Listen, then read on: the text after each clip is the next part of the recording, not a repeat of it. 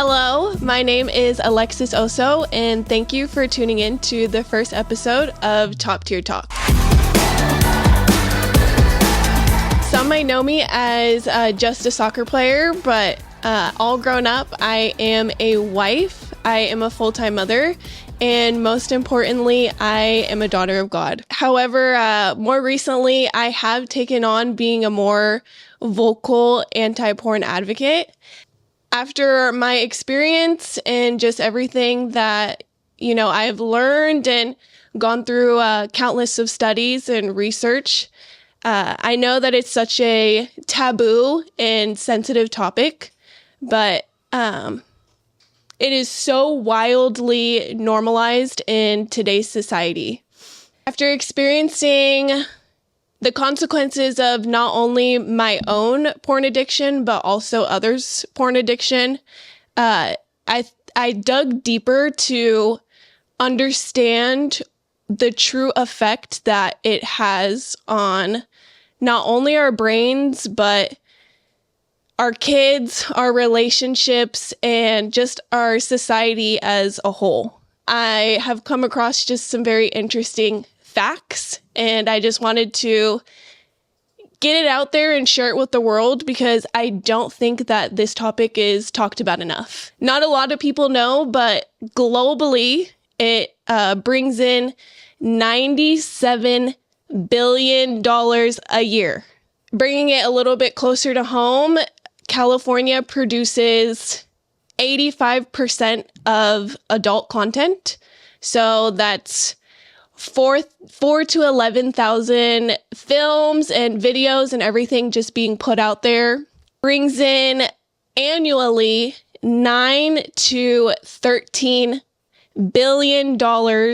They are, paying the state $36 million a year. So it's a very huge industry. It's a very watched, and I call it a substance because, it is just as addictive as these well-known other substances that are out there. Just like alcohol, just like methamphetamines, it is all just as addictive. It is all just as brain warping and just played such a huge role into the way that people think, the way that people move and do things and, make their decisions. Again, it's such a sensitive and taboo subject, so it's not talked about enough. No one kind of just walks in and is like, hey, this is what I do on my weekends, and, this is how I de-stress, or this is how I escape my reality.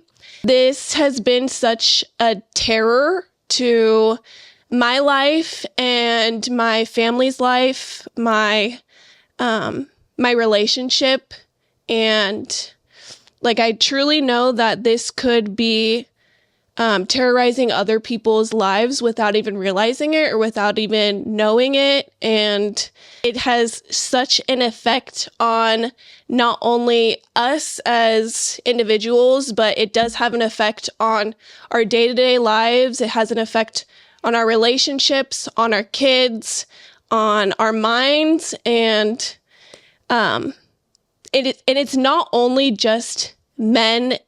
It also is women. It's as kids as young to 6 to 8 years old that kids are starting to watch porn, and it will carry on into adulthood. And just like it carried on from my childhood, carried into my adulthood, and it truly affected me as a person. It affected my low self-esteem. It affected my value. It affected, how I viewed myself. It affected what I thought was normal in relationships and in sexual intimacy. And that's just me as a woman, where men, it's a different ball game. They might have body dissatisfaction, but it's more of how they view women and how they view relationships and how they continuing their mind. And it has not only affected me, but like I said, it's affected my family. It goes to as far as a family member of mine who did end up behind bars just because they continued to make really bad decisions. And it wasn't until I've done so much research that I had found that it plays a huge part on our brain. Just 1 minute of watching, one year of watching, it plays a huge factor on the way our judgment and just the way that we do make decisions and the way that we do go about our lives. It has affected my marriage. It came to as close to ending a marriage and breaking up a family. And, I believe that, as normal as it is, it truly shouldn't be. I don't know how to say enough that going against the norms, going against, the values that we do have for ourselves and for our relationship, with this topic is hard. They're hard conversations. They're hard topics. They're hard things to voice and to work through. So, what you'll expect from the podcast and from me is to not only continue to bring you facts.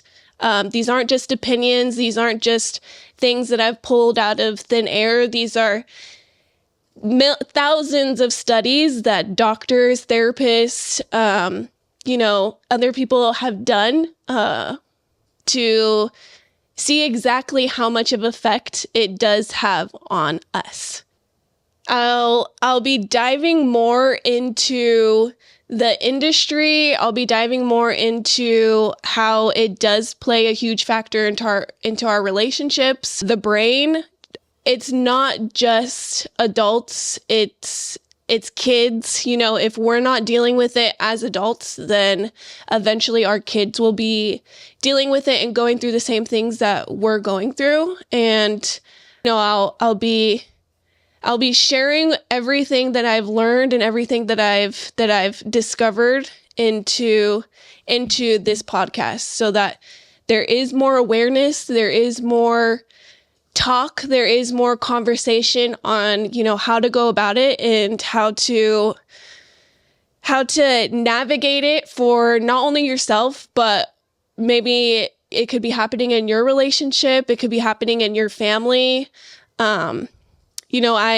I'd like to make it more known. Obviously, it's men and women, but it's society as a whole. It's everyone deals with it. Everyone, might come across it without even knowing that they did, or it could be accidentally. And then you're just kind of going in this endless loop, and you really might not know how to get out of it. You might feel the shame behind it, or the constant pull to go back to it because it was such a fix for you. It was such a stress reliever for you in that moment. But it's a tough substance. I'd like to say, it's a tough substance to detox. It's a tough substance to get rid of. And thankfully, I've seen countless of people, go through it, but at the same time, come out the end of it and, be able to say, hey, I haven't watched porn for X amount of time or X amount of years. And it should also be known that you don't have to stay in it. You don't have to continue the cycle. Just know that you're not alone if you're dealing with it. You are not alone if you did it. You are not alone if, you're still doing it. Just know that no matter what, you are going to be able to get out of it and to, see the other side of it. One thing that I can say that genuinely helped and genuinely got us through was constant prayer. I consistently prayed for my husband. I consistently prayed for, everyone else who I do know that deals with it. And it's great to see how far that they have come and how far that they have moved and all the greater decisions that they're making. And, so just one thing that I could really say is just never stop praying, never stop, just turning to God and to even turning to your loved ones where, you can have those non-judgmental conversations. You could have those, just deep conversations to where you could express, what it is that you're going through and just be able to work through it and have somebody keep you accountable. So never stop praying, never stop, don't be afraid to identify what it is that you're running away from maybe, or what it is that is stressing you out, because you'll feel better in the end of it. I wanted to end it with just a scripture. And it's 1 Corinthians chapter 10, verse 13. It is, the temptations in your life are no different from what others experience. And God is faithful. He will not allow the temptation to be more than you can stand. When you are tempted, he will show you a way out so that you can endure. The message behind it is just, no matter how big your substance does play a part into your life, God will always be with you. He'll always be right beside you. He'll always show you the way out. And he'll be your rock through it all. And I can say that so passionately, and he will always be able to give you the out. And you might not know what it is. You might have to do a little bit of searching for it, and that's just continuing to go to him in order to do that. Thank you everyone for tuning in. Thank you for watching. Like, subscribe, and if you are someone who is dealing with the same thing and would like to bring more awareness, make sure that you share it. Thank you.